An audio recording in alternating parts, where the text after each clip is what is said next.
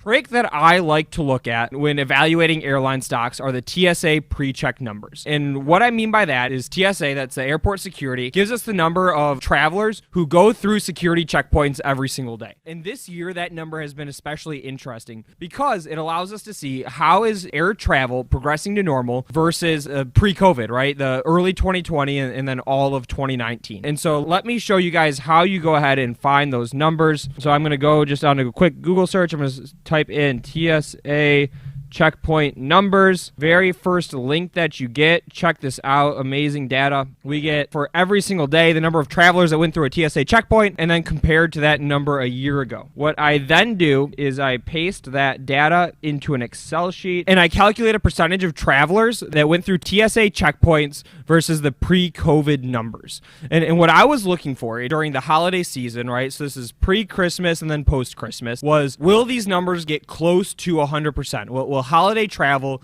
this year be close to what it was in the same period last year, maybe 70% or something along those lines? It was basically what I was looking for is, people have a reason to travel, how many people are comfortable traveling. And we didn't see great numbers of people going through those TSA checkpoints over the holidays. So if you check it out, here are the two biggest days before Christmas. So that's the 22nd and the 23rd of December. We got up to 50% and then 60%. And then after Christmas, we hung out in the 50s for 2 days and then back down. I also aggregate this data into monthly averages. So the percentage of people who are traveling right now versus the same month in the pre-COVID year. We saw obviously in April that number plummeted. In April, only 5% of people were going through TSA checkpoints to do some air travel versus the pre-COVID time. That number's slowly risen up to around the 30% mark, but we've just been hanging out there. We haven't seen any super sharp inclines. I think this is a mixed catalyst for the airline stocks. I think that the government is not going to let these stocks fail,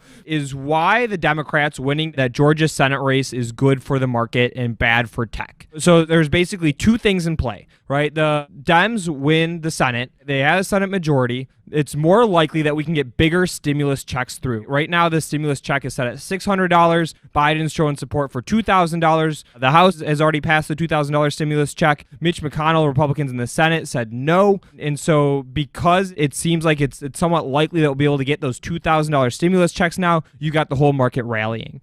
With the exception of tech. Tech is the one exception today where the shares are actually selling off on the Georgia results. And what we can chalk that up to is increased regulation on a lot of these big tech plays. This one is sort of bipartisan, but historically Dems have led the way on trying to regulate some of these bigger tech names. And so because Dems have both houses of Congress, they have the presidency, it seems more likely that we'll get regulation on big tech. So that's the idea there with how this Georgia Senate race impacts the market.